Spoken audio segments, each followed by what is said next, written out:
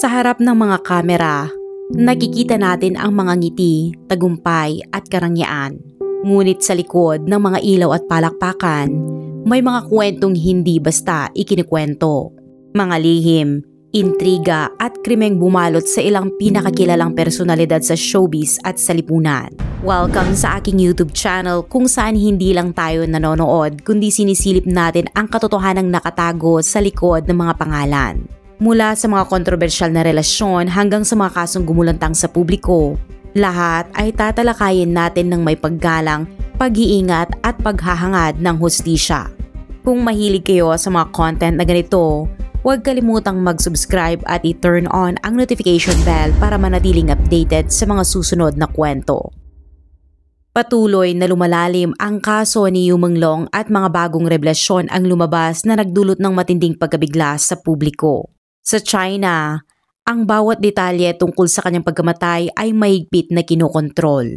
Bawat artikulong nagbabanggit ng kanyang pangalan ay nawawala sa loob lamang ng ilang minuto. Ngunit sa kabila nito, may mga bulong na patuloy na sumusulpot mula sa anino at mga pahiwatig mula sa mga pinaniniwalaang may koneksyon sa mga grupong sangkot sa kanyang pagkawasak. Unti-unti, ibinubunyag nila ang mga nakatagong piraso ng impormasyon na tumutulong sa publiko na buuin ang madilim na palaisipan at matukoy ang mga taong sangkot. Nakakatawa man, ngunit ang planong itago ang lahat sa katahimikan ay nauwi sa kabaligtaran. Lalo lamang itong nagdulot ng kaguluhan at umagaw ng atensyon ng marami.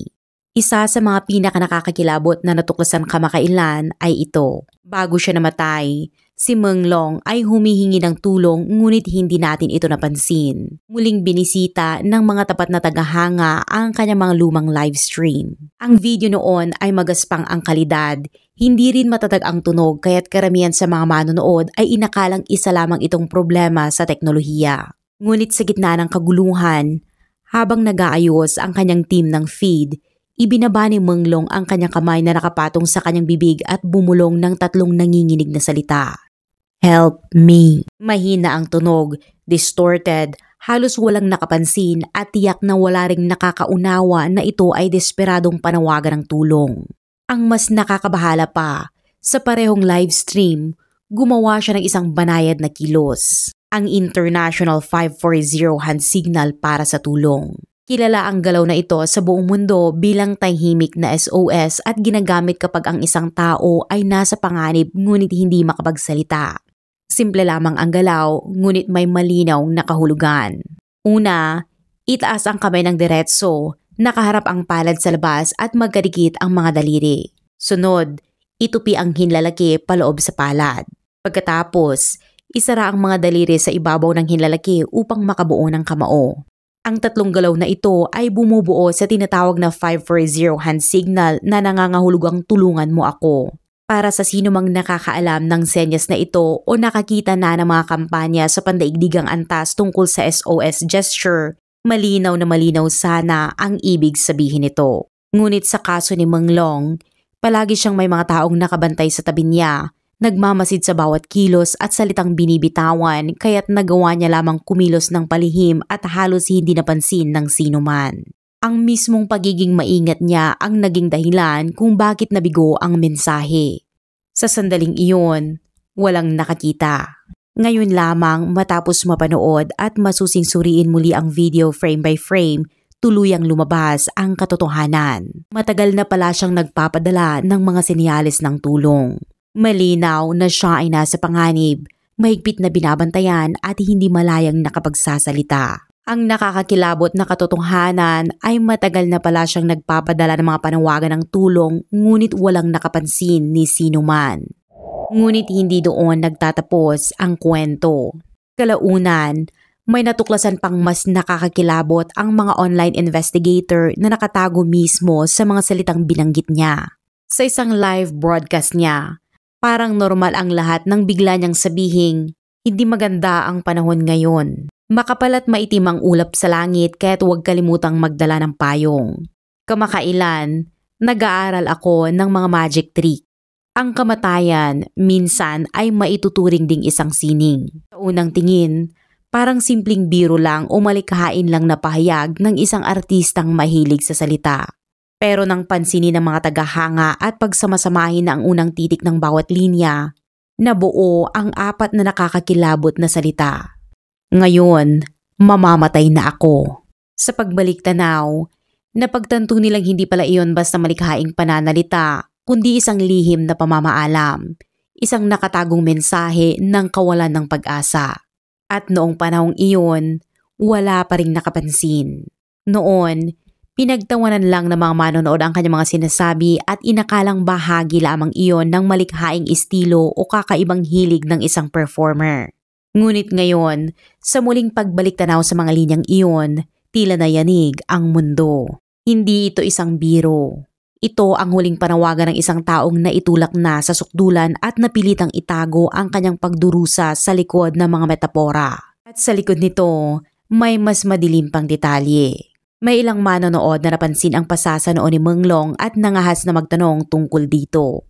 Bagya siyang umiti, kitang-kita ang pagod at sumagot ng malinaw at nakakakilabot. Kung isang araw bigla akong mawala, tandaan, hindi ito aksidente. Ilang sandali lang matapos iyon, biglang natigil ang live stream dahil agad itong pinatigil ng kanyang management company.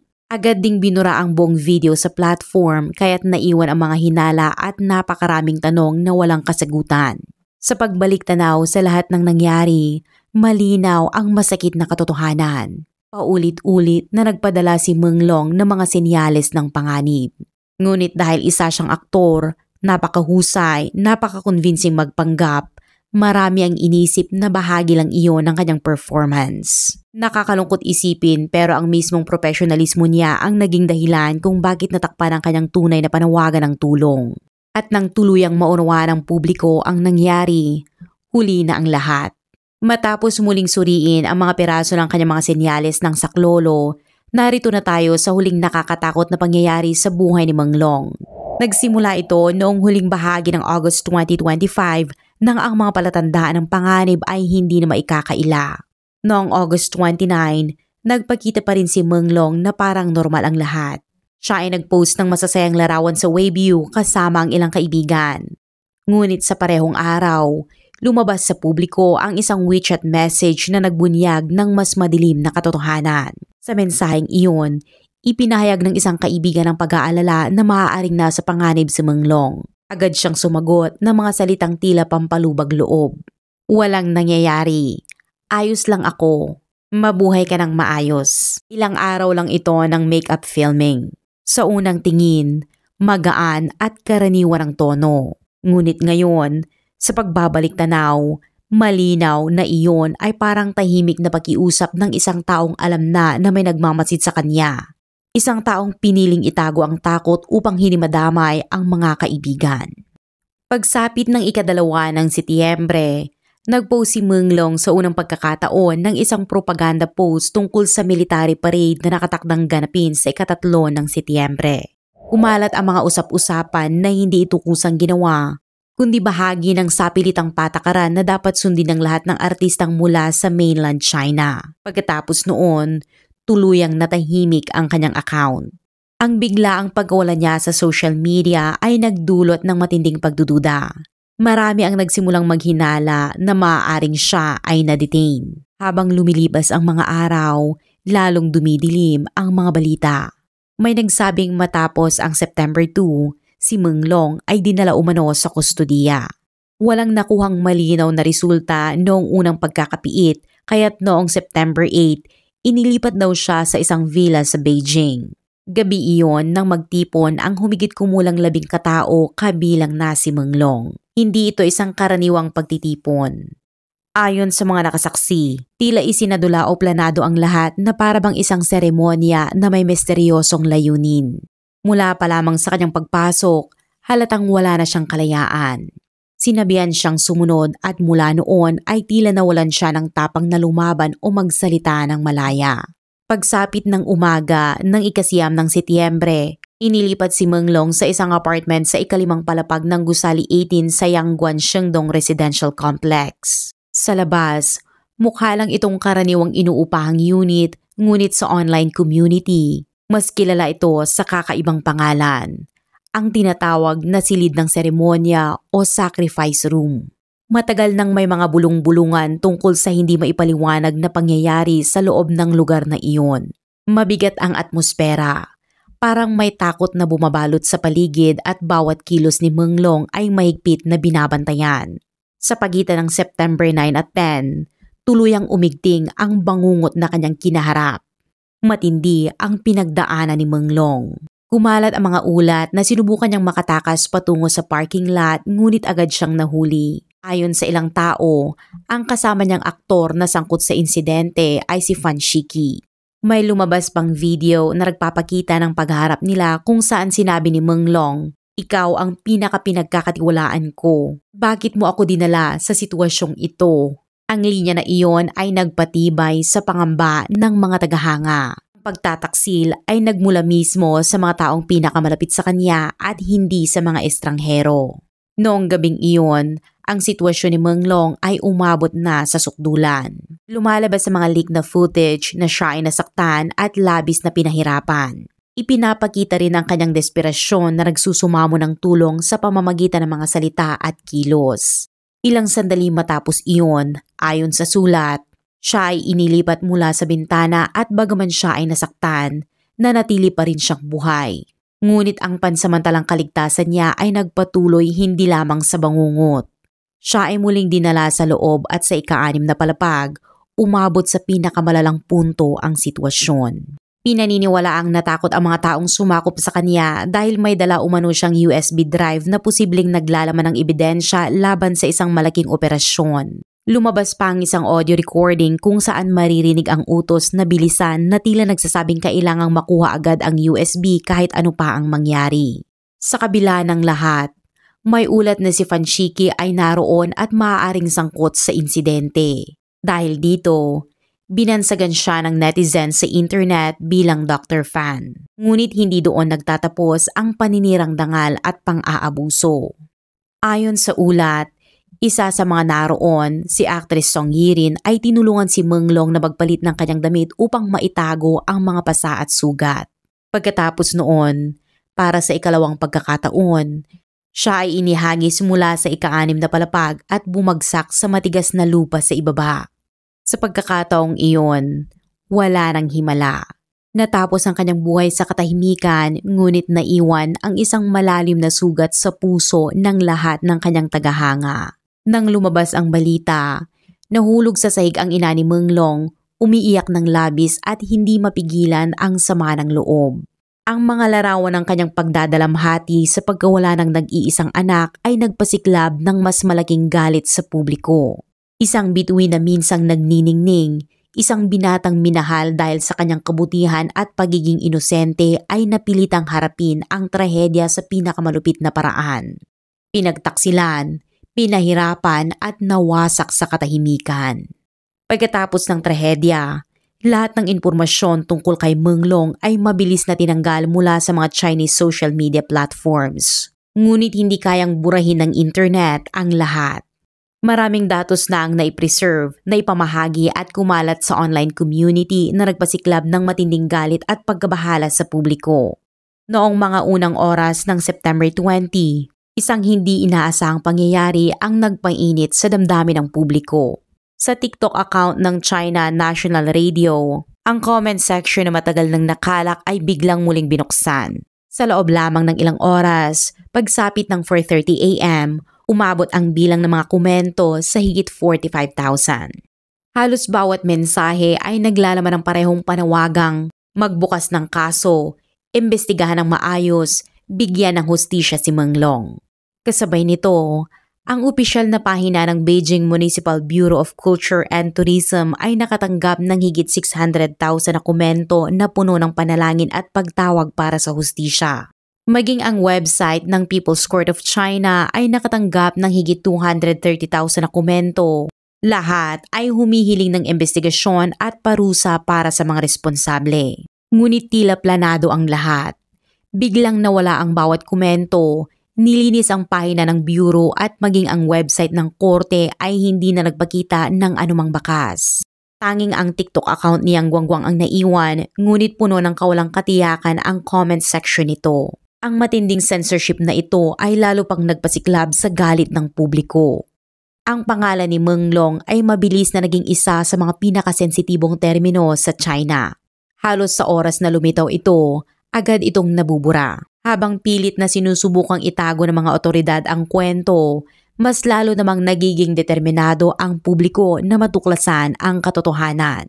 Hindi lamang ang mga aktivista o social commenter ang kumilos, kundi pati ang mga kabataang madalas ituring na walang pakialam ay nagisangkot sa laban. Nagbahagi sila ng mga impormasyon, nag-iwan ng mga komento at nag-alay ng mga virtual na kandila bilang pag-alala kay Meng Long. Bakit nagkaroon ng ganitong malakas na epekto ang kasong ito? Ang sagot ay nasa lawak ng implikasyon nito. Hindi ito simpleng iskandalo sa industriya ng entertainment. Tumama ito sa pinakamalalim na takot ng bawat mamamayan ng isang ordinaryong binata na walang makapangyarihang suporta ay maaaring mapahamak dahil lamang sa pagpasok sa isang industriyang nakatago sa dilim. Kapag ang pribilehiyo ay nagiging panangga upang protektahan ang krimen, sino man, bata man o karaniwang tao ay maaaring maging susunod na biktima. Dahil dito, nagsimulang magtanong ang publiko. Bakit kailangang mapahamak ang isang artistang kilala sa kanyang kabaitan at malinis na imahe? Kumalat ang mga usap-usapan na ang tunay na dahilan ay may kinalaman sa pagkakaroon niya ng ebidensya na posibleng kaugnay ng money laundering. May ilan pa ngang nagsabing sinuri pa ang kanyang katawan upang hanapin ang USB drive.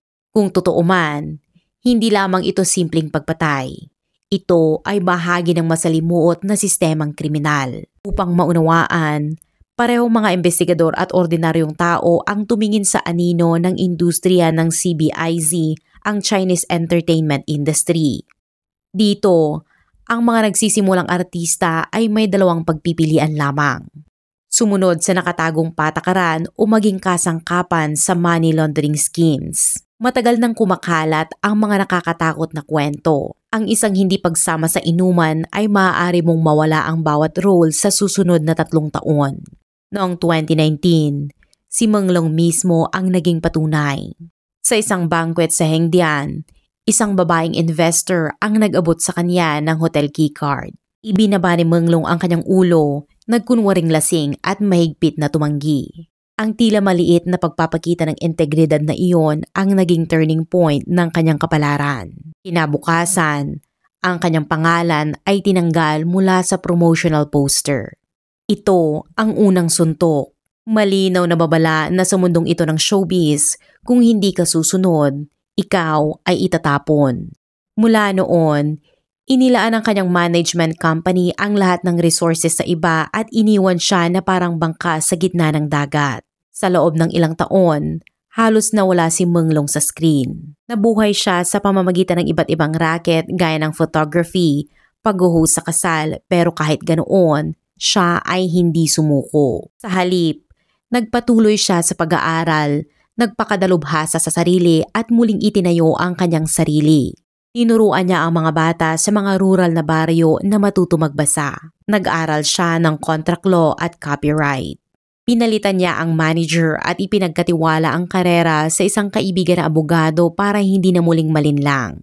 Para sa kanya, bawat pagkadapa ay pagkakataon para bumangon ng mas matatag. Noong 2023, muling dumating ang pagkakataon sa isang audition para sa web drama na Wu Yuan. Isang linya mula sa direktor ang nagbago ng lahat. Iba na ang mga mata mo ngayon. At sa mga mata niyang iyon, hindi na lamang inosente ang nakikita.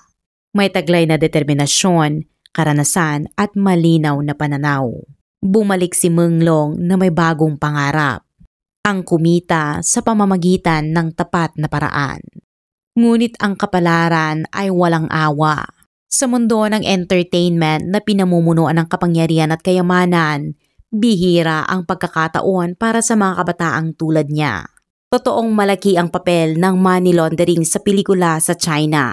Pinapalaki nila minsan ang gastusin sa produksyon para magmukhang legal ang maruming pera.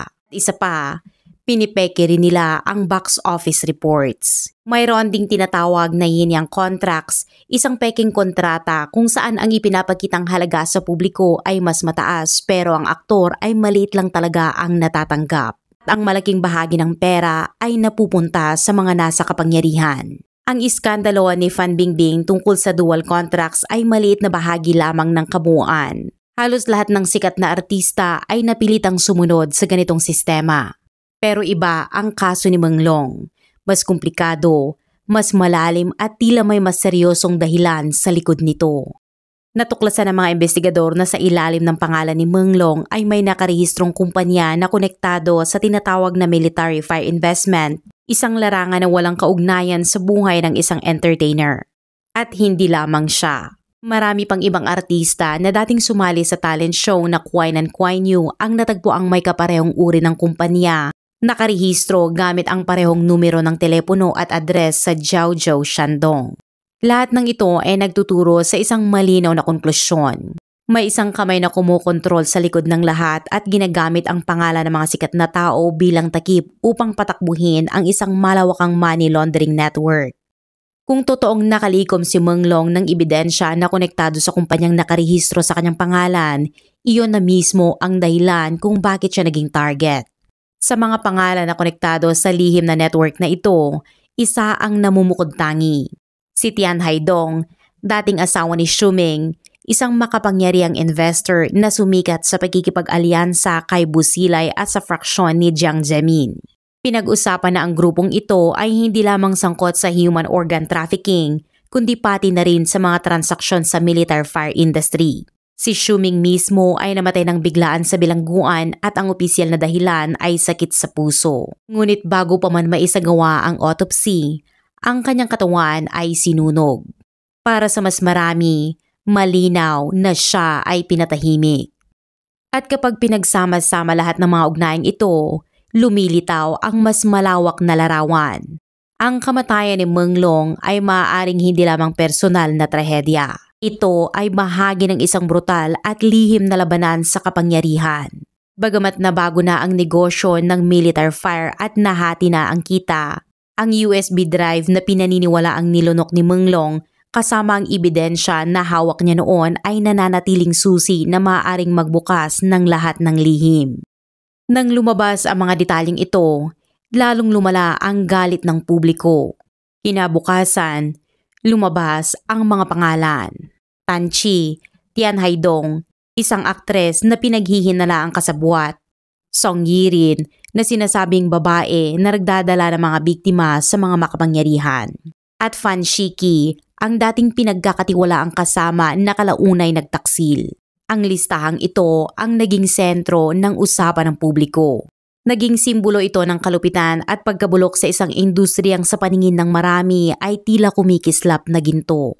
Ang pagkamatay ni Menglong ay hindi lang simpleng trahedya ng isang tao, kundi isang malinaw na salamin ng isang bulok na sistema kung saan ang kapangyarihan at pera ay mas pinapahalagahan kaysa sa buhay ng tao. At iyan ang dahilan kung bakit sa kabila ng matinding censorship, ang kwento ay sumabog na parang bomba sa lipunan ng Tsino. Isang bomba na maaaring sumabog muli anumang oras. Mga mahal kong manonood, ang hustisya para kay Menglong ay hindi lamang hustisya para sa isang artista. Ito ay hustisya para sa bawat ordinaryong tao na maaaring mabuwal sa bigat ng kapangyarihan at pera. Hindi tayo maaaring manahimik. Patuloy nating banggitin ang kanyang pangalan, patuloy natin na ikalat ang katotohanan upang ang kasamaan ay hindi maitago magpakailanman. Kapag nalantad na ang katotohanan at naparusahan ang mga may sala, doon lamang makakahanap ng kapahingahan ang espiritu ni Menglong. At doon lamang muling maniniwala ang publiko na may pag-asa pa para sa tunay na hustisya.